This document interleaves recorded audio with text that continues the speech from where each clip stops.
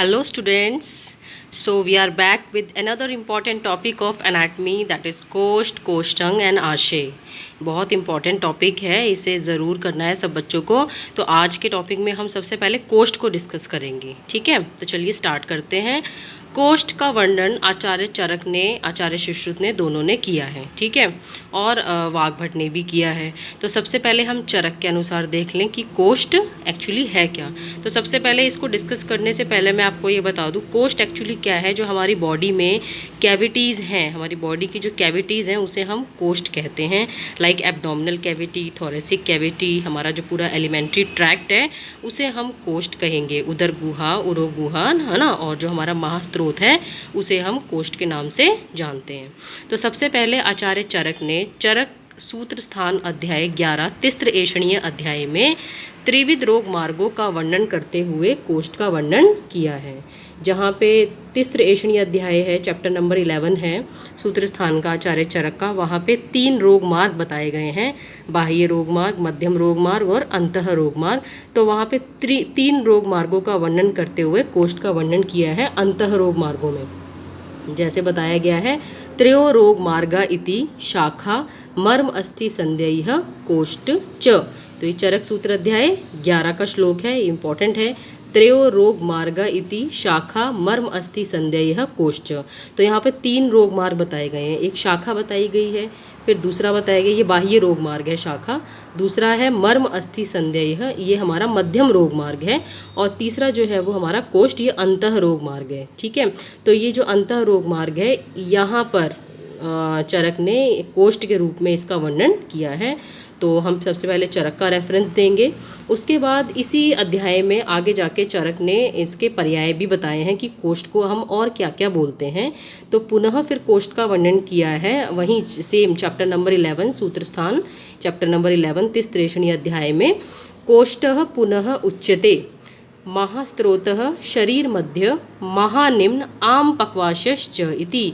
मतलब कोष्ठ को फिर कहते हैं पुनः उच्यते, कोष्ठ को और क्या कहते हैं, महास्त्रोत भी बोलते हैं, शरीर का मध्य भाग भी बोलते हैं, महानिम्न भी बोलते हैं, और आम पक्वाशश्च इति मतलब आमाशय, पक्वाशय, आमाशय और पक्वाशय भी इसको बोलते हैं। तो ये कोष्ठ के पर्याय दिए गए हैं। महास्त्रोत मतलब जो हमारा एलिमेंट्री ट्रैक्ट है, शरीर मध्य जो हमारा ट्रंक रीजन है, महानिम्न और आम पक्वाशश्च इति। तो इस प्रकार से आचार्य चरक ने चरक सूत्र अध्याय 11वें चैप्टर तिस्त्रेषणीय अध्याय में कोष्ठ का वर्णन किया है। जहाँ पे 3 रोग मार्ग बताए गए हैं, उसमें अंतः रोग मार्गों के अंतर्गत कोष्ठ का वर्णन किया है। दूसरा फिर कोष्ठ के पर्याय भी उन्होंने बताए हैं, महास्त्रोत, शरीर मध्य, महानिम्न, आम पक्वाशश्च इति।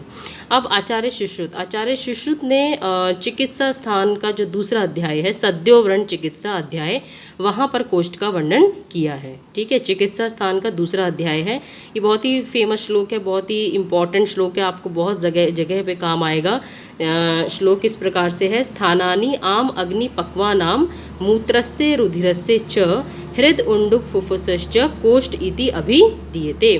तो स्थानानि मतलब आम, स्थानानि लिख दिया है पहले, मतलब आम का स्थान, अग्नि का स्थान, पक्व स्थान, मूत्र स्थान, रुधिर स्थान, हृद, उंडुक और फुफ्फुस, इन्हें कोष्ठ कहते हैं। इन स्थानों को कोष्ठ कहा जाता है, ठीक है। जहाँ पर जिन कैविटीज़ में ये सारे ऑर्गन्स जो हैं वो सिचुएटेड हैं, उसे हम क्या बोलते हैं, कोष्ठ कहते हैं। तो यहाँ पर ये कोष्ठ की प्रॉपर डेफिनेशन दी गई है, बहुत इंपॉर्टेंट डेफिनेशन है ये। जहाँ पर भी ये और जगह ये श्लोक इतना इंपॉर्टेंट है कि आपको और जगह भी काम आएगा। आमाशय लिखते वक्त, अग्नाशय लिखते वक्त, पक्वाशय लिखते वक्त आपको सब जगह ये श्लोक याद करके लिखना है, ये बहुत जगह आपके काम आएगा, तो आपको ये अच्छे से याद करना है, ठीक है।